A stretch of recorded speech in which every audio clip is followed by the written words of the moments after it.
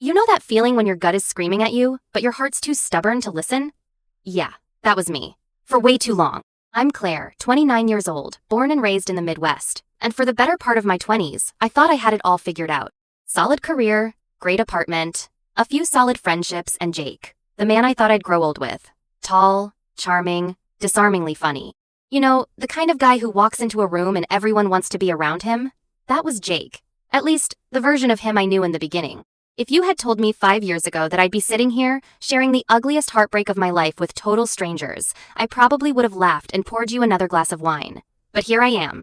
And honestly, I've never felt stronger. I met Jake on a Tuesday, not a Friday night at a bar, not through mutual friends at a housewarming party. No, we met at the DMV. Romantic, right? I was standing in line, impatient and annoyed, silently cursing the universe for making me come in on my only day off. And then I heard him talking to the guy behind the counter, joking about the horrible fluorescent lighting and comparing the place to a hospital waiting room. I laughed without meaning to, and he turned around and gave me that smile. God, that smile.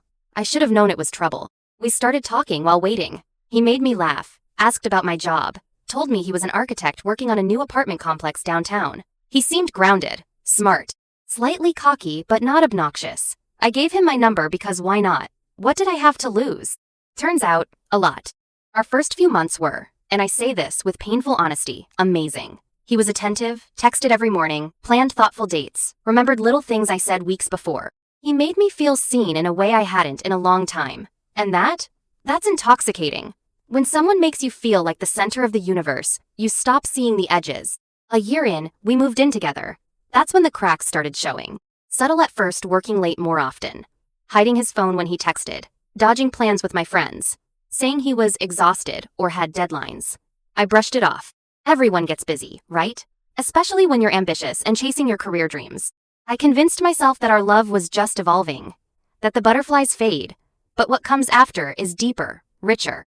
That was the script I had in my head, the story I told myself as I cooked dinner alone, again, waiting for him to come home 3 hours late with no explanation. Then there was the night he came home with lipstick on his shirt. Not red, not pink plum. A color I didn't even own. He said it must have been from a coworker's hug. You know how Patricia is, she's touchy. She hugs everyone. I nodded, pretending I believed him. But something inside me shifted. I started noticing things I hadn't before. He started sleeping with his phone under his pillow. He changed his passcode. There were receipts in his jacket pocket from restaurants I'd never been to. And the biggest red flag? The distance. Emotional, physical, all of it. It was like I was living with a ghost of the man I fell in love with. Still in the same body. Still smiling the same smile but vacant. I knew something was wrong. I just didn't want it to be that. Because cheating? That was something that happened to other people. Not me. Not us. I thought we were better than that. I thought I was smarter than that. But love makes you blind. And sometimes, stupid. So I did what any woman on the brink of emotional collapse would do. I talked to my best friend. Maya didn't sugarcoat anything. Never had. She looked me dead in the eye and said, Claire, I love you, but if he's cheating on you, you need to find out. Stop living in denial. You deserve better than this. That stung. Mostly because I knew she was right. So I started looking. Not obsessively, not like a full-blown stalker, but carefully, thoughtfully. I didn't want to catch him. I wanted to be wrong, but I wasn't. The proof came 2 weeks later. A message popped up on his iPad. He forgot to sign out of iMessage on the shared device we used to watch Netflix, and it was from someone saved as Brandon. Except Brandon was sending heart emojis and asking, "Can't wait to feel your hands on me again." I stared at the screen, heart pounding so loud I couldn't even hear the TV. I clicked on the thread. What I found made my stomach turn. Dozens of messages, pictures, videos. Not from Brandon, of course. That was just a cover. Her name was Emily. She was a 25-year-old marketing associate at his firm. Blonde, leggy, basic. The kind of girl who called herself a wine mom, even though she didn't have kids. The kind of girl I wouldn't have been threatened by until now. He'd been sleeping with her for months. He told her he loved her. He told her he was planning to break up with me soon. He even sent her photos of our apartment and said he couldn't wait to make it theirs. I didn't cry. Not right away. I took screenshots. Saved them to a folder. I don't even know why. Maybe part of me wanted proof for when I confronted him. Maybe part of me needed to see it to believe it. The crying came hours later when I was lying in bed alone, clutching the pillow he used to sleep on, realizing that everything we built was a lie. The next day, I pretended like everything was normal. I cooked breakfast, asked him about work, kissed him on the cheek when he left. I needed time to think, to plan. I wasn't going to scream and cry and throw his clothes out the window. I wasn't going to give him the satisfaction of watching me fall apart. No, I wanted him to feel the slow burn, the silent shift, the kind of pain that doesn't come from a slap, it comes from absence, from realizing too late that you lost something real. That night, I booked a therapy session. I called Maya. I made a list of things I needed to get done before I walked away. New apartment, financial split, cancel the shared utilities. I even bought myself a new journal and wrote at the top of the first page, "This is the beginning of everything better." I didn't tell him I knew. Not yet. I wanted Karma to have time to catch up. And oh, she did. In the most delicious way. But we'll get there. For now, just know that the woman I was when I met Jake, the hopeful, trusting, naive version of Medid, the moment I read those messages. And in her place? Someone smarter, stronger, and a hell of a lot harder to fool. Grief is weird. It doesn't hit you like a brick wall. It sneaks in. Like water through a crack in the ceiling. You think you're fine, holding it together. And then boom, you're in a Target parking lot at 3 p.m. on a Tuesday, sobbing into your steering wheel because the song that just played on the radio was our song.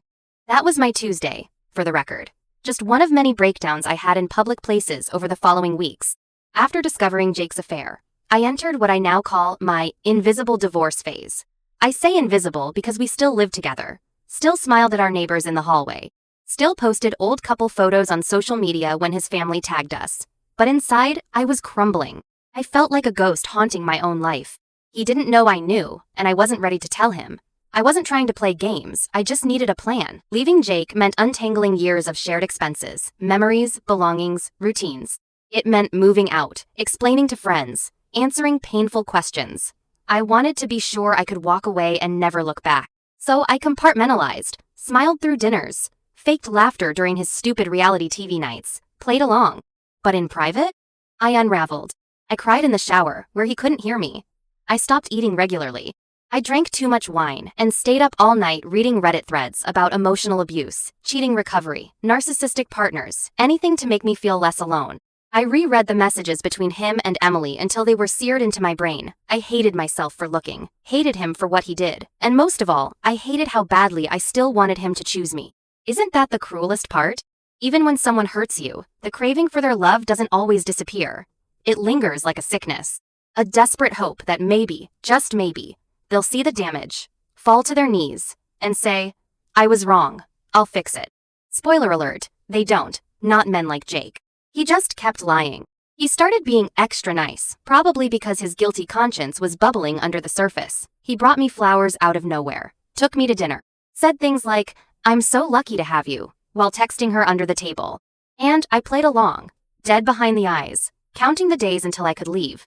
Meanwhile, something was shifting inside me. Slowly but surely, I started reclaiming my power. I started small. I stopped doing his laundry, stopped grocery shopping for both of us, stopped initiating conversations. I reclaimed pieces of myself he hadn't even realized he'd taken. I started going to the gym again, not to lose weight, not to impress anyone, just to feel strong. I needed to remember what it felt like to move my body for me. I opened a savings account he didn't know about. I started setting aside little amounts, side gig money, birthday cash, the 20 I found in an old coat pocket. Every dollar was a ticket toward freedom. I went to therapy every Thursday. I told my therapist everything, how I felt like I failed, like I wasn't enough, like maybe if I'd just been sexier, funnier, less naggy, and she stopped me cold. "Claire," she said, "you didn't break this relationship. You just finally saw what was already broken." I cried for an hour straight after that session. Because she was right. I didn't cheat. I didn't lie. I didn't gaslight someone into questioning their reality. I loved him. Fully. I gave everything I had, and when people say that should be enough, they're not wrong. It should be. But people like Jake? They don't want enough. They want control, validation, ego strokes. They want someone to come home to after they've had their fun. And I was done being that person. I started writing again. I used to love journaling, blogging, creative essays, all of it. But somewhere in the Jake years, I let it go. He never said it directly, but he made it clear my little writing thing wasn't real work. So I stopped.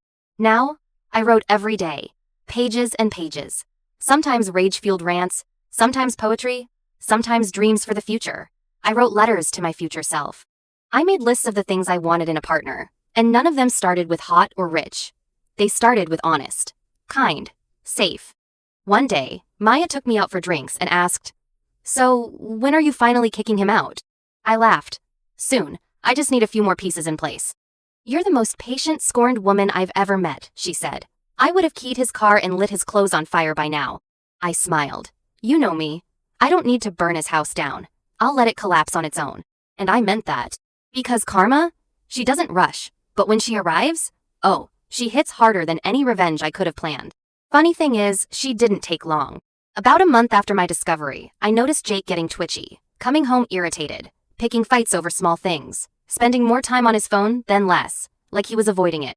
One night, I caught a glimpse of his face while he read a text. Not smug, not flirtatious panic.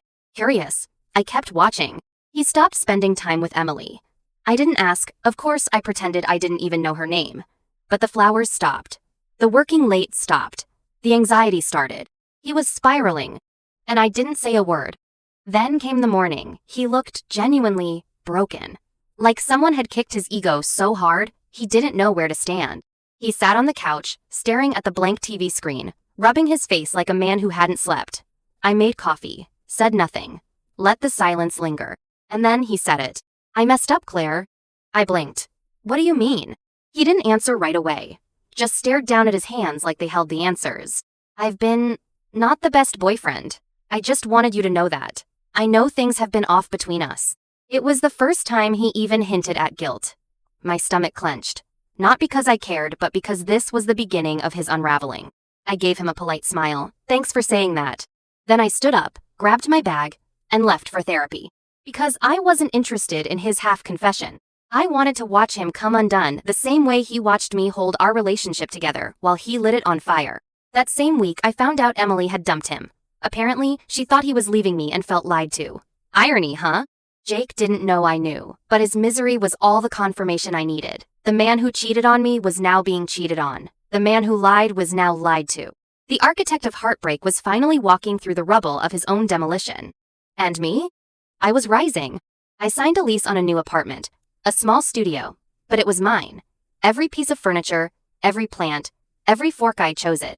I packed while he was at work, moved out on a Thursday, and left him a single note on the kitchen table. Thank you for reminding me what I deserve. I won't forget it. I didn't block him. I didn't scream or beg or lecture. I simply disappeared from his life, quietly and completely. The absence was loud enough. And God, it felt good. Moving into my own place felt like exhaling after holding my breath for 3 years. It wasn't fancy. One window faced a brick wall. The shower made a weird screeching sound every time I turned the hot water on. And the fridge was the size of a suitcase. But it was mine. No secrets in the walls. No half-truths under the mattress. Just peace. The first night I slept there, I sat on the floor in pajamas, eating cereal from the box and laughing to myself because for the first time in forever, I wasn't afraid. I didn't feel like I was walking on eggshells or auditioning for love. I felt free. And freedom is addictive. With Jake in my rearview mirror, I threw myself into rebuilding my habits, my identity, my self-worth. The Claire I'd been with him was muted, softened, shrunken to fit the outline of what he needed. But now, I got louder. I started applying to jobs again. Better ones, the kind I used to think were out of reach. I updated my resume with no trace of modesty. I wrote cover letters that sounded like Beyoncé's acceptance speeches. I stopped shrinking my wins. And guess what? People noticed. I landed a marketing position at a boutique agency run by women who lifted each other up instead of talking behind backs in the break room. My new boss, Tasha, was sharp, stylish, and brutally honest. On my second day, she looked me dead in the eyes and said, "You've got this wild storm of brilliance in you. Stop hiding it." And something cracked open in me, because I realized I had been hiding, dimming, apologizing for being too emotional, too intense, too everything. And now, finally, I was letting all of it out. I poured myself into work not in a burnout hustle culture way, but in a holy hell I forgot how good I am at this kind of way. Clients loved me.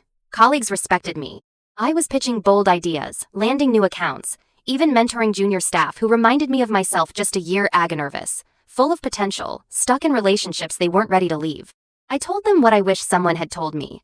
You don't have to shrink to fit someone else's version of you. Be too much. Take up space. Meanwhile, Jake was falling apart in slow motion. I didn't stalk him, I swear I didn't. But he kept showing up on my feed, whether I wanted him to or not. Mutual friends posted group pics from weddings or bar nights, and there he weighs eyes, puffy, hair messy, smiling in that forced way people do when everything behind the curtain is in flames. Emily was gone. I knew that for sure. Word on the grapevine was she ghosted him entirely. No dramatic goodbye. No closure, just vanished. One day she was playing house with him, and the next she moved across the country with a new guy and deleted every photo of Jake like he never existed. Karma's got taste. He tried texting me once. Just once. It was short.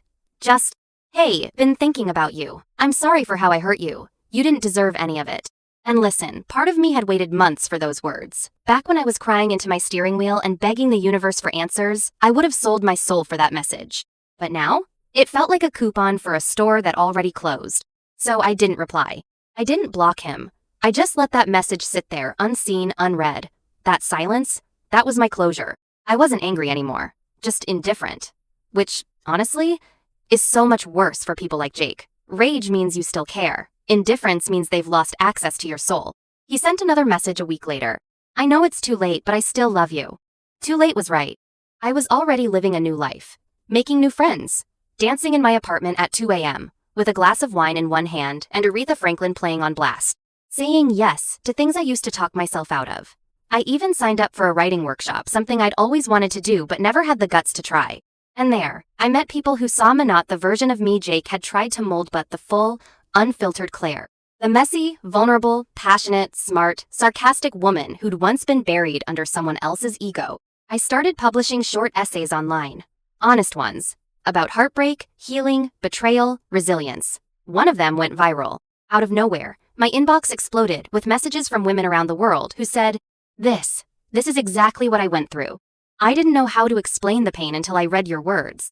You made me feel less alone." And it hit me. Maybe this was my closure. Not the apology, not watching Jake fall apart, but using my story to help other women stand taller. Still, I'd be lying if I said I didn't smile when I saw the post that made it official Jake had been laid off. Apparently, the company restructured. Translation: he was the dead weight. He'd burned bridges, slacked off, missed deadlines, and without me around to quietly manage his messes or boost his self-esteem before big meetings, he crashed. The man who once told me I was too sensitive was now drowning in his own emotional reckoning. And the final cherry on top? He had the audacity to email me asking for help with his resume. I wish I were joking. It started all polite. "You've always been so good with words. I'm in a bit of a transition and could really use your eyes on my CV." My God. I sat at my desk rereading that email with a mix of disbelief and cosmic joy. This man who once said my writing was just a hobby was now asking me to help him sell himself. I didn't respond. But I printed the email and taped it to the inside of my journal, not out of spite. As a reminder, the universe doesn't need us to seek revenge. It does the math for us. Jake was now living in the wreckage of the choices he made, and I was thriving, not because I planned some dramatic revenge, but because I refused to let his betrayal define me. I defined myself by my healing, my work, my friendships, my ability to still believe in love, even after it gutted me. Because here's the truth, no one tells you. When you survive betrayal, you become dangerous. Not bitter, not cold, dangerous. Because you know your worth now. You've walked through fire. You've cried in the dark and still found the strength to build a life that feels like yours again. You stop settling. You stop begging. You stop shrinking. And suddenly, the people who once tried to break you, they realized they didn't even leave a crack. By the time autumn rolled around, something strange happened. I started waking up happy. Not sad. Not just okay enough to function. I mean, genuinely, obnoxiously, can't stop smiling happy. The kind of happy where you hum to yourself while making coffee. Where traffic doesn't ruin your mood. Where you feel like something good is coming, even if you don't know what yet. That was new for me. It wasn't tied to a person. It wasn't because someone told me I was pretty, or smart, or impressive. It was because I liked the woman staring back at me in the mirror every morning. She looked calm, centered, whole. She'd been through hell and she was still here. That's the thing no one tells you about healing. It's boring at first. It's slow. It feels like nothing's changing. But then one day you realize you haven't cried over them in weeks. You stop checking their page. You stop needing closure. You don't even notice when the date you used to dread comes and goes without a second thought. And that, my friend, is where the real magic begins. At work, I got promoted. Not just a raise. A full-blown title change. Senior Strategy Consultant. Tasha announced it at our team meeting like it was the most obvious thing in the world. "Claire's been holding this team up for months," she said, nodding at me. "It's about time we give her a title that matches her talent." I blinked, surprised. Not because I didn't think I deserved it, but because I'd spent years with someone who made me feel like I didn't. Turns out, I'd just been on the wrong stage with the wrong audience. Later that week, we hosted a networking event for local creatives. You know, one of those mixer-style things with too many business cards and too few drink tickets. I wasn't expecting much. I went for the cheese platter, honestly. And that's where I met Ethan. I know. I didn't think I'd ever be open to someone again either. But there he was, standing by the punch bowl, looking half bored, half amused, wearing a denim jacket and reading a poetry book while everyone else was schmoozing. A man reading a book at a networking event? Instant intrigue. I wandered over, half out of curiosity, half because my heels were killing me and he was near a chair. "What are you reading?" I asked, grabbing a mini quiche. He held up the book. Rupi Kaur. "Didn't peg you as the type," I teased. He grinned. "Didn't peg you as someone who'd interrupt a man mid-poem." Touché. We talked for an hour. Then 2. It didn't feel like flirting, it felt like finding someone you'd known in another life. He was a photographer. Quiet. Thoughtful. Really good at asking questions without making it feel like an interview. He told me he once spent 6 months backpacking with nothing but a camera and a journal. I told him I once stayed in a toxic relationship for 3 years because I was scared of being alone. Neither of us judged the other. It felt safe. Still, I didn't expect anything to come of it. I wasn't looking. I wasn't ready. But somehow, without either of us pushing it, things unfolded. He called me a few days later, took me to an art show, walked me home in the rain, and when he kissed me on my doorstep, it wasn't fireworks or butterflies. It was peace. That's when I knew. Ethan didn't try to fix me. He never once said, "You're better than your ex." He never made me feel like I was a project, or something broken that needed mending. He saw me. The real me. And I realized, maybe this is what love is supposed to feel like. Not adrenaline. Not chaos. Not walking on eggshells waiting for the next betrayal. But calm. Steady. Respectful. And in that calm, I started writing again. Not just blog posts or essays. Real stuff. A book, actually. One about betrayal and karma and rediscovering your voice after heartbreak. I didn't write it for Jake, but his ghost haunted the margins of every page. Not in a way that hurt, but in a way that reminded me how far I'd come. My therapist Tyus, I started seeing one best decision, ever called it post-traumatic growth. "You're no longer surviving," she said. "You're thriving." And that scares people who are still stuck. Boy, was she right. Because right when things were really good, like scary good, I got another message from Jake. This one was long. Too long. He poured his heart out, said losing me was the biggest mistake of his life, said Emily was a fantasy that turned into a nightmare, that he finally realized what he had, too late, that he'd give anything to go back. I didn't answer. Not because I wanted to hurt him, but because I didn't owe him a seat at the table anymore. I'd built a whole new banquet without him. Then he showed up, at my office, uninvited. Yeah? It was a Tuesday. I was coming back from lunch, and there he was, standing by the front desk like a ghost who didn't know he was dead. He looked awful, like stress-eating, cheap takeout and not sleeping awful. His shirt was wrinkled, eyes bloodshot, hair unwashed. He looked like a man unraveling. "Claire," he said. I blinked. "Jake? I needed to see you, to say it in person. I know I have no right, but stop." He did. I took a breath, looked him dead in the eyes. "I'm happy now, you don't get to interrupt that." He looked like I slapped him. "I just want you to know I'm sorry. For real." "I believe you," I said, "but that doesn't change anything." He nodded, eyes glossy. "I hope you're okay," I added. "I really do. But you need to let go now. This chapter's closed." And that was it. I walked away, into the elevator, back to my life. He didn't follow. He never reached out again. And you know what? That was the moment I realized something profound. I didn't need revenge. Didn't need karma to humiliate him. Didn't need a dramatic takedown. Watching him fall apart didn't thrill might, just proved that when you betray people who loved you purely, life catches up eventually. Not because someone makes it happen, but because lies rot from the inside out. And truth heals. So I kept living, kept laughing, kept building a life that felt authentic. Took weekend trips with Ethan, read books that made me cry, danced barefoot in the kitchen, wrote stories about women who refused to stay broken. Jake became a ghost. Faint, powerless, irrelevant. The girl who used to cry over him? She was gone. In her place stood a woman who no longer needed validation, permission, or closure. Because she had all the answers she needed. And the best part? She gave them to herself. If you had told me 2 years ago that my life would look like this, I would have laughed. Not a cute laugh either. One of those dry, sarcastic, full-body cackles you let out when someone says something completely ridiculous. Back then, I was clinging to the last threads of a relationship that had already flatlined. I was crying into my pillow at night, wondering why I wasn't enough. I was blaming myself for a man's inability to love me honestly. But here's the thing. When you stop fighting for people who are okay with losing you, you make space for everything that actually belongs to you. And my life now? It fits me like my favorite worn-in leather jacket. Let me tell you what happened. That book I started writing? I finished it. I titled it How to Love Yourself More Than a Liar. It started as a diary, a way to vent. I never meant to publish it, but after sharing a few excerpts on my blog, the response was overwhelming.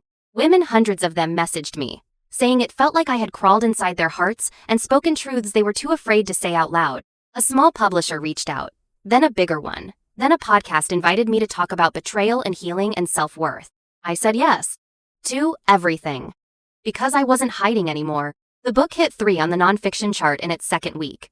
That was surreal. I remember staring at my name on the list, my hand shaking as I held the phone. "Are you crying?" Ethan had asked, grinning.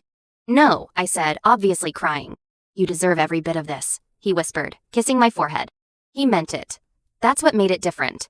He never made me feel like I had to dim my light so he could shine. We both stood tall, side by side. No shadows. We moved in together 6 months later. Not because we had to, or because it was convenient, but because we wanted to. Our apartment was small but cozy. Books everywhere. Plants we were both slightly neglectful of. A record player we actually used. Late-night dance parties in the kitchen. Post-it notes on the mirror that said things like, "You're magic," and "Don't forget your keys." It wasn't flashy. It was home. One night, we were curled up on the couch watching reruns of The Office when I got a message from a mutual acquaintance I hadn't talked to in forever. She said, "Hey, not sure if you heard, but Jake got fired." I stared at the screen.